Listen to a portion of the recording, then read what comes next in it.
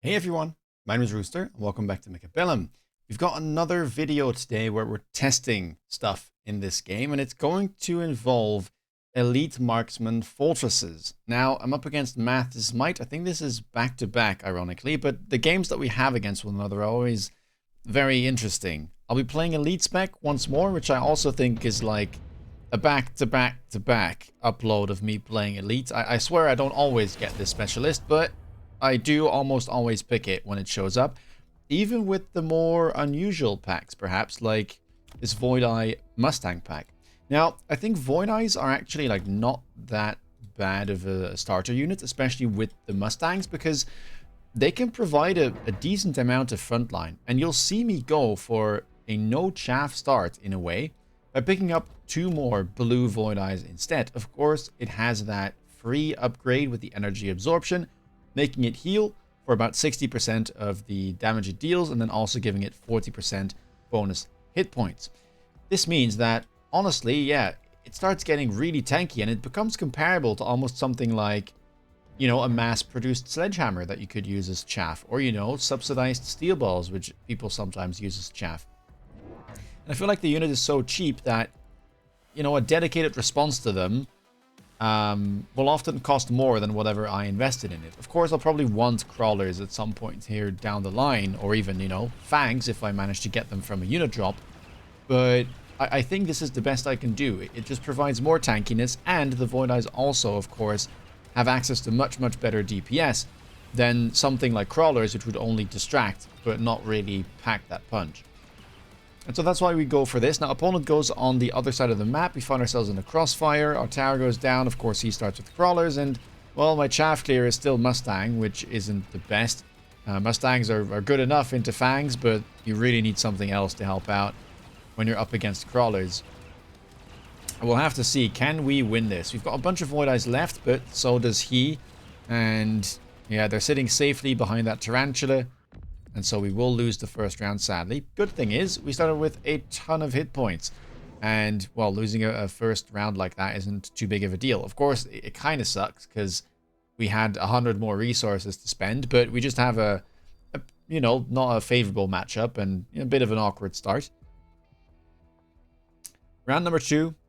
Rhino drop shows up. I feel like these call-ins are somewhat mandatory to pick in these type of aggro scenarios. Because they're just so hard to deal with. They really are very hard to counter. When you have no units back there, it is practically impossible, and you kind of just have to pick the spell, and then if you want to defend, you hope that you guess correctly. And if not, you know, you hope that you can maybe trade the tower and get a favorable debuff timer. Round number 2, I decided to go for some chaff clear, and I actually will put it on the flanks instead of on the main board, because a lot of his units are pullable, right? We've got this crawler here up against the flank. He can't put anything in front of it. That means the hound will always connect and take it out. And this guy will always get pulled. And because I have nothing in front of my right tower, this will also partially get pulled. So lots and lots of units there going to go the way of the hounds. Our rhinos are basically in the same spot, but he added some phoenixes to the board, and those are going to get the debuff before his rhino. Probably would have been better for him to aim it at the left tower, but maybe he just wanted to try and double team, make sure that he did get this debuff. Eventually, our Rhino also gets the debuff, but sadly, during the debuff timer on our side, our hounds died on the flanks, and while Void Eye is level 2, able to DPS down this Rhino, but there's still quite a few units left, and I'm not entirely sure if we'll have the anti-air available to deal with these Phoenixes. Rhino, though, getting in. Phoenixes will turn. Void Eyes still alive. We do manage to take down the Void Eyes. And maybe, just maybe here, with 3 Mustangs left. Never mind. Those are not our crawlers. And so our Mustang sadly will die. And with the Void Eyes unable to shoot up, it's going to be another round going the way of Math. Not the most amount of damage, though. We're still sitting close to 5k, so pretty happy. Round number 3, bunch of unit reinforcements show up. I have been trying Sandworm. I've been kind of looking for it with the improved card and then running Mech Rage to see if it's any good. Actually, do you have a replay of that? Maybe if you guys want to see it, let me know down below and I'll see if I can post it maybe even tomorrow. Rhino's marksman. I mean, not bad. I do need some solid anti-air, I would say. Mustangs are fine into Phoenix, but you know, they're not exactly going to provide that big punch that you sometimes need against a Wraith that might show up or another big unit.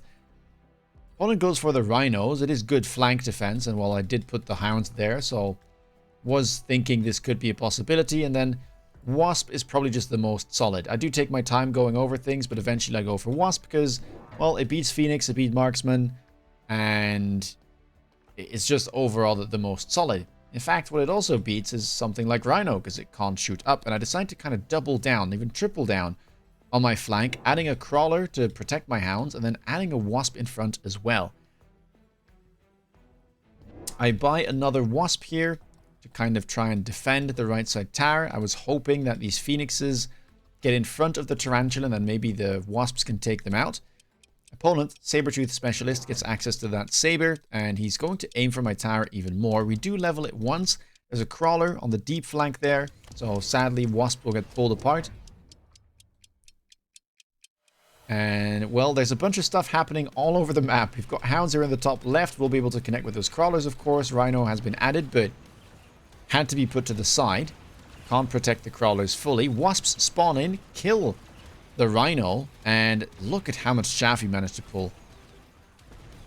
Wasps are going to kill the Crawlers that spawned in, and because the ground units can't shoot at the Wasps, they're simply going to abandon the Phoenix. So maybe we can take down these big DPS units. On the left side, battle's going well. We killed the Crawlers that he put on our flank last round. Void Eyes are DPSing. We killed the Rhino. Wasps from the flank, finally done shooting at the Crawlers. We'll take down a tower of their own.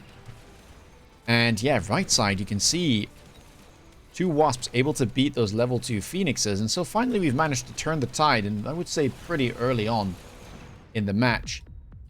Good amount of damage too, more than equalizing damage that we took in the first two. And round number 4, we get Missile Strike and Orbital Bombardment offered. Both very good spells. Of course, Missile Strike got nerfed recently, but still felt like it was worth picking.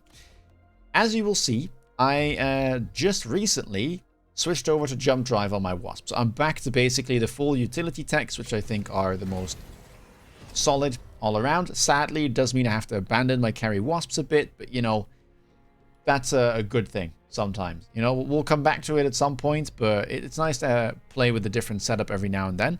And what it allows me to do is predict that he's probably going to Missile Strike the flank because, well, of course he would, right? Like, look at the amount of value.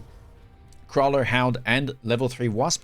I say no thanks. I will click the Jump Drive for 100 and then move it down the flank right in front of this Sabertooth. I will also missile this Phoenix pack because if he doesn't grab the first defense enhancement, those Phoenixes will die. They currently sit at 2.8k. Missile Strike does 3. And, well, if you can take those down, I'd be quite happy. And the Wasps should be more than enough to take down the Saber. And so that way, if we take out the Phoenixes, that's the anti-air gone on the right side. And we should be able to kind of just collapse on all of these bigger targets on his side of the board. We also move this Wasp. We put a Crawler in front of his Crawler. That's the thing that I really like about Elite. These type of deep flank Crawlers, they don't really work as well because, well, I have access to level 2 Crawlers and they will simply win against yours. That's how simple it is. Another Phoenix gets added. He doesn't grab the defense enhancement. So yeah, Phoenixes will die. Sabertooth basically instantly dies. And, well, he gets a decent amount of value on the top right. But luckily, our most important, most valuable units, the Wasps, are still alive. And look at that. The collapse on the right side. The Phoenixes, not quite getting targeted yet, but I'm sure that they'll be targeted soon. Got to take care of that Rhino first. Now it's down, and yeah, look at that. With the help of the Jump Drive speed, we'll zoom across the field towards the Phoenixes, take them out. Anti-air is gone. And even the Void Eyes that we purchased on round 1, they're able to help out and take down that Tarantula that was added. Round number 5, nothing well, some really big spells, but nothing really to go for, I'd say. We're playing very aggressive, so advanced targeting, just a bit too expensive and not really necessary because we're close to one another either way. And yeah, Nuke and the big EMP just didn't really feel like they were worth it. I'm playing Elite, so my units are expensive. I'd rather try and invest back into my board. We're going to jump drive these wasps back up.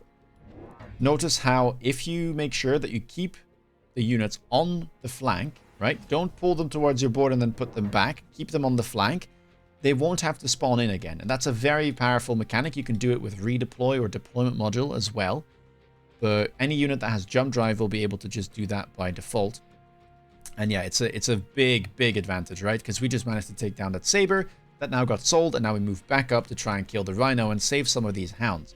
Opponent picks up a Farseer, which is now a thing that's possible in Season 4. Really powerful too. I've been making use of it a lot, and it's been performing very well. Farseer is just so scary early game. Although we are getting in the mid game now, so maybe not as scary.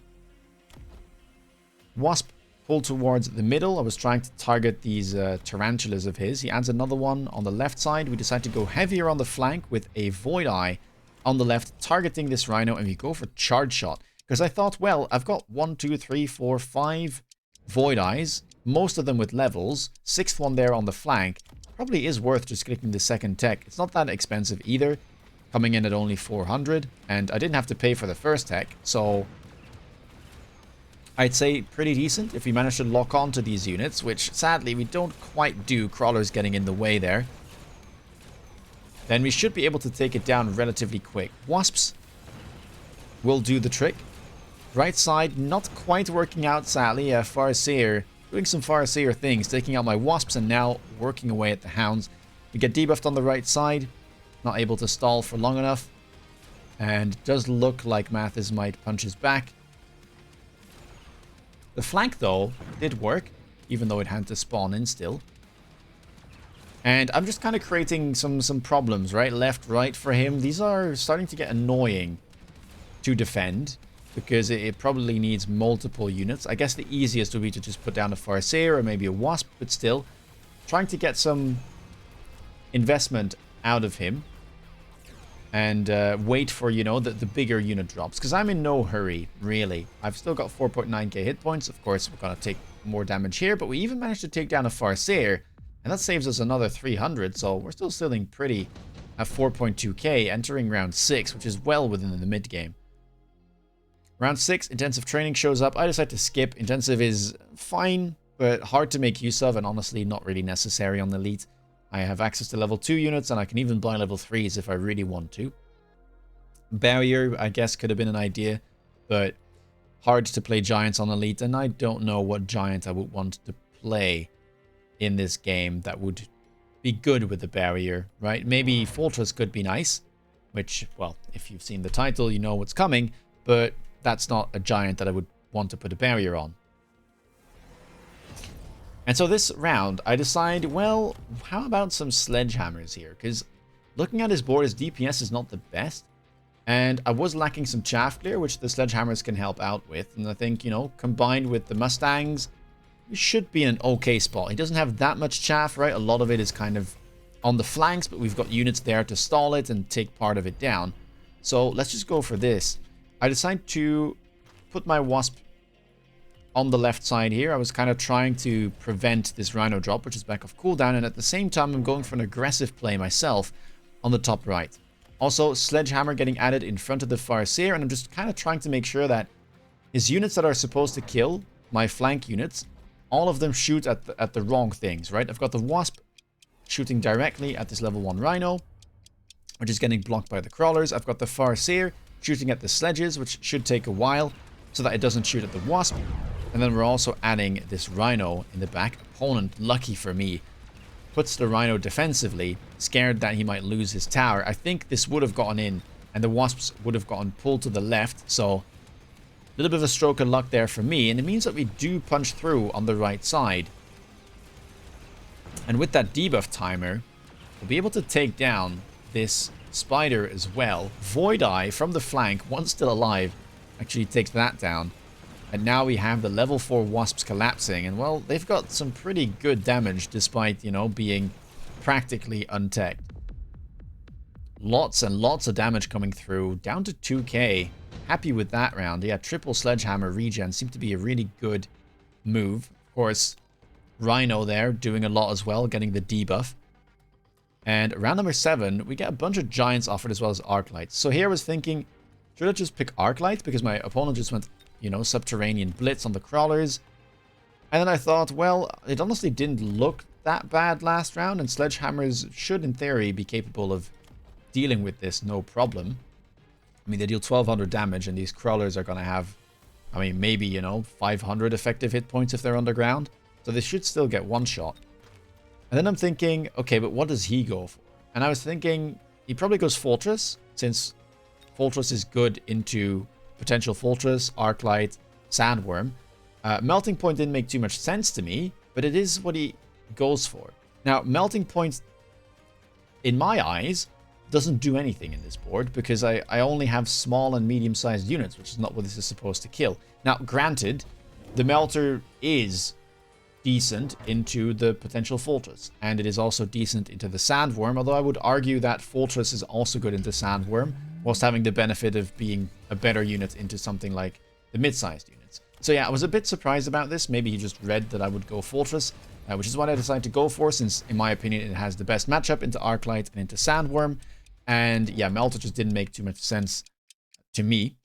And you will notice that I'm running some different techs, and I click one of them instantly because this got buffed on the new season. Elite Marksman on the Fortress. You will see that I run Range, AA, and Barrier. So no Overload, no Double Shot, no Fang production, no things like that.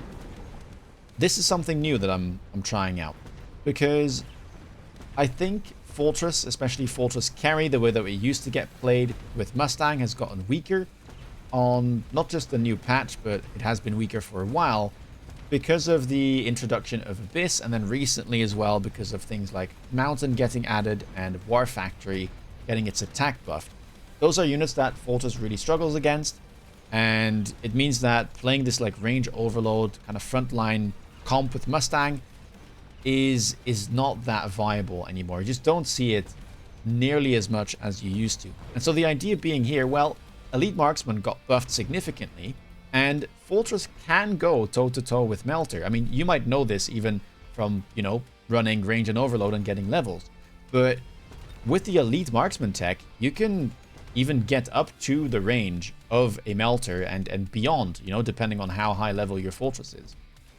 So that's why I'm running it, just because I think it might be better to get some distance from the opponent's units and try that, instead of playing frontline, getting insta-locked by, let's say, an Abyss, and yeah, just not really getting anything done. Round number 8, there are some great items here. Improved firepower control system, definitely worth picking up if I don't want any of the others, but there's a tank production line in there, and I already teched my Sledgehammers. So the Sledgehammers that are going to get spawned are also going to have this tech. And I mean, spawn techs or spawn items in general are some of the best items in the game. Of course, you can only put them on giants, and titans can't carry them, so it's a bit limiting in terms of what you can put them on. But if you've got some giants on board, it's almost always worth picking. And so I decided to pick up another Fortress. Of course, my Fortresses are going to be level 2 because I'm elite spec. And yeah, I decided to move... Oh, we're going very fast. I decided to move my wasps from the flank because it was getting dealt with. I'm trying to kind of push in on the left and at the same time make sure that I have some units to distract these Melters. Because his anti-air is still not great. He only has 2 Farseer. And if my Fortresses can connect, then they should have plenty of damage available to take these guys down. We've also slowly been adding some chaff to the board because, reminder, we didn't get any chaff on round 1, so we were a bit low on that front. But as you can see, we are able to distract quite well. Late crawlers now arriving. Wasps have done a good job. And the Fortress dealing 30k damage per shot level 3 there. Thanks to the... I think it's a, what, 75% attack buff? Yeah, that's quite significant. And it's just popping the spiders and the melters as soon as it locks onto them. Crazy, crazy stuff. The one issue, though, my opponent still has level 3 Phoenixes. And looks like I ran out of anti-air, because I was killing them in the previous rounds with my wasps and my untech'd Mustangs. But yeah, those died this round, sadly. Now, as you will see, though, we are producing a crazy amount of sledges, and my Fortress is very, very tanky. So I think we'll just, you know, have a draw here. Even though we don't have any anti-air, and we should end up doing more damage to him than he does to us. Which, if we can keep doing that, I'll take, you know? Like, he's lower hit points than me, so I can do this forever. All jokes aside, I probably should try and get some anti-air, because if he buys more, then maybe we're in some trouble.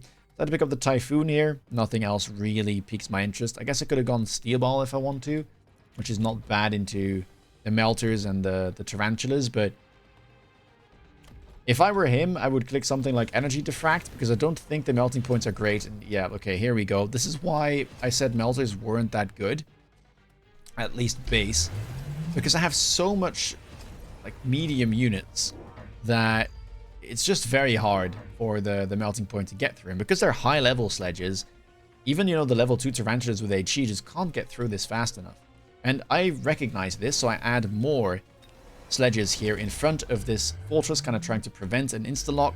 We go for the barrier tech second, because we have a bunch of levels, and barrier is just a crazy, crazy scaling tech still. It's much more expensive than it used to be. If anyone might remember, it used to be like 300 cost, which is crazy. Now it's up to 500, but if you manage to get levels, it's a really, really powerful and valuable tech to click. So that's what we go for first. Typhoon is going to find its way here on the right side, kind of covering the flank, and then also somewhat being in front of these Phoenixes. Left side, only getting in. Void Eye's locked onto that Tarantula. If we have enough units, maybe we can even take that down. I mean, it is level 2. Let's see. Oh, very, very close. Not quite. Multi-Melter doing a really good job on the right side, but the left side, even though he went for oil, doesn't look too bad. Yeah, this level 4 Fortress really doesn't take any prisoners. Now hitting for 46,000 hit points a pop. That means that it can one-shot the Melters, and yep, there we go. I mean, that was with a debuff, so overkilling by even more. But it does not mess about, and it doesn't have any range yet. Of course, I have temp range, but with that, it's gotten up to 135, which is only 5 less than this multi-melter that does have the range tech. So you can imagine what would happen here if we went for a third tech and picked up range enhancement. We would be miles ahead of those melters. And again, here, one Phoenix surviving, but once more, we still have a barrier left and sledges spawning. So I think, again, we're just going to be trading hit points at the very end of the round. And this is why this sledge spawn item, and just spawn items in general, are so powerful, right? Because most spawn techs have a limit of how many rotations of units they can spawn. That's not the case with the items. They just keep spawning indefinitely, and so it can be really, really insane if you manage to keep your giant alive until the end of the round. Round number 10, we have a bunch of good giant items here. Nano Repair and Amplifying Core. I think Amplifying Core here may be slightly better because I'm not using my fortresses to tank, right? They're like ultra long range fortresses, so getting the damage boost seems a bit more useful, and we're gonna pop it onto the level 4, potentially even level 5 fortress. Maybe a bit overkill. Probably should have just given it to this guy on the right, because this guy already like kind of one-shots melters, right? Like he has the damage. I decided to sell my Typhoon because it wasn't doing that amazing, and it's not like the best into multi-melter. And instead, I go for third tech, indeed, on the fortresses with the range enhancement. Opponent picks up the big EMP, but we've got the barriers to protect ourselves. Rhino back off cooldown, Missile Strike back off cooldown. I'll just use that safely on those crawlers. Didn't go for the Electromagnetic Blast, by the way, because I expected him to just shield, which is what he does end up going for here at the start. But never mind, we have Photon Coating Farseer, so that also works. And yeah, just not going to spend the money because it's very obvious that he should be protecting against that. Instead, I get to invest the money into my board. Rhino going to go here in the top right. And where is that Rhino from him? I think he forgot to use it. Is that correct? Could be. Might have run out of time there. He does go for Absorption as a third attack on the Melters. So if it manages to somehow lock on some of these fortresses, it'll be really, really hard to take some of these down. Bad beacon by me on the left here, by the way. I should never make these fortresses walk towards the Melter because I just gave them range. So they've got the advantage there. So not a great play. But on the right side, we double stacked new fortresses. And, well, this big guy He's not level 5. I didn't give him that level. But he does almost 2-tap. Level 2 absorption melters. So I think he's doing just fine without it. And then, well, there's still one Phoenix left. Again, just no anti-air. But I don't think that he's going to be able to take down these fortresses. It's going to be a little bit too much here, with 2 barriers still being partially alive and our Giga Fortress marching over. We only need to keep 2 fortresses alive here to win the match. And, well, that will be pretty doable, I would say. He can probably take down one of my fortresses here. Maybe. Doesn't even really look like it. 20 seconds left. And, well, the fortresses are just looking up and laughing, saying, hit me, hit me. And, well, the Phoenix will oblige, but it won't be enough as we do manage to take the win. So, this was a bit of a test game for me. I hadn't tried the Elite yet. I did have it on the bar to try out, and so this game we got to do just that with the Fortress drop. And into Melter. This was kind of what I wanted to do. Now, I don't think Melter here was the best necessarily. I had a lot of mid-sized units already, so that made the Melter less valuable. And really, the only good thing for them to hit would be my fortresses. Odd game, for sure. Very, like, dynamic. Lots of stuff's on the flanks. We're jump driving wasps around. We started with 5 Void Eyes with a no chaff start. We end up going charge shot. And yeah, well, in the end, we do a decent job of kind of recovering the chaff, right? Because we've got chaff on the top here too. We've got 1, 2, 3, 4, 5, 6, 7 crawlers. So a total of 9. I think we did a good job of recovering our lack of chaff. And of course the sledgehammers here are super useful as well. Just to, yeah, stall the HE tarantulas. In my opinion, HE tarantula is really, really good against all, like, fangs with shields, loose formation crawlers, underground. It doesn't really matter. It'll just kill it. So I tend to prefer going for the tankier, like, tank chaff options, like sledgehammers. And it seems like that did really well. Good game. If you liked it, please leave a thumbs up. Let me know down below what you think of the Elite Fortress. Have you been playing it before? Have you tried it? Let me know. If you want to stay up to date with the latest content, please consider subscribing. And if you want to see me play live, check me out on Twitch. With that being said, take care, guys, and see you in the next video. Bye-bye.